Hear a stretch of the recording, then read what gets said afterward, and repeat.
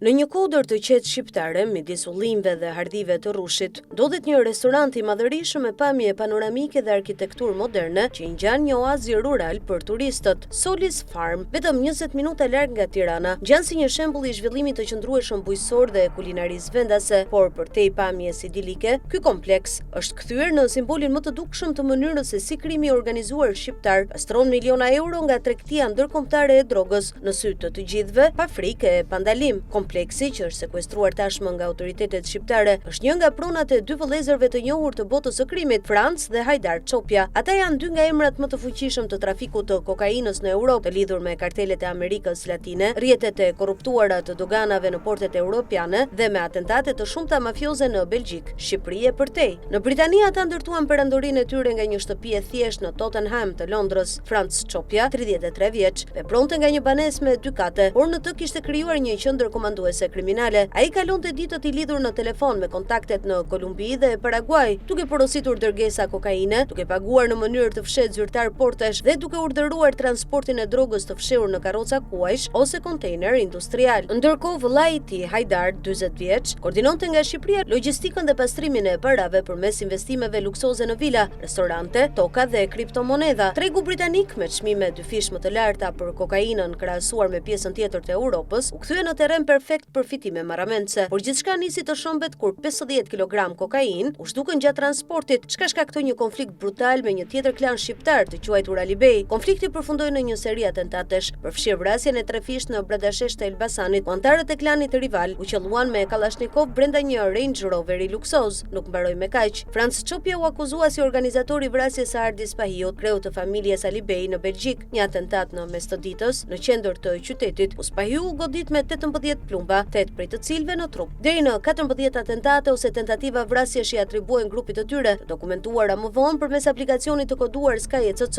që u dekriptua nga Europol dhe u bë çelësi për çmontimin e të gjithë strukturës së tyre kriminale. Dëshmia që tronditi prokurorinë shqiptare erdhi nga një antar i klanit Ali Bey, Erion Ali Bey, vëllai i një prej viktimave, cili pranoi se ishte rekrutuar nga Çopja për të shlyer borxhet e vëllait të tij. Ai udhtoi ilegalisht drejt Londrës dhe punoi në rrjetin e shpërndarjes së drogës që drejtohej nga Franc Çopja në Tottenham. Ali Bey tregoi se si mallrat mbërrinin nga Belgjika dhe Holanda përmes linjave të kontrolluara nga Hajdar Çopja dhe se si dërgesat menaxhoheshin me një precizion ushtarak. Ndërkohë në Shqipëri, ata shfaqeshin si sipërmarrës të suksesshëm. Në Baltushk ngritën Solis Farm, një kompleks modern agroturizmi me qindra rrënj ullinj dhe hektar me vreshta, por që sot shfaqen të braktisura me rrushin që kalbet në hardhi dhe vetëm një Mercedes luksoz në parkim nën kujdesin e një kujdestari. Një ndër faktet më tronditëse është se Çopjat nuk operonin në hije, por në dritën e diellit, përballë syve të institucioneve. Një nga vilat e tyre ndodhej vetëm 500 metra larg zyrës së kryeministrit të Shqipërisë Edi Rama, në një zonë elitare të Tiranës. Në atë zonë flamuj shqiptar, britanik dhe amerikan palviteshin në oborre të rregullta, ndërkohë që miliona euro të drogës qarkullonin në formë investimesh të ligjshme,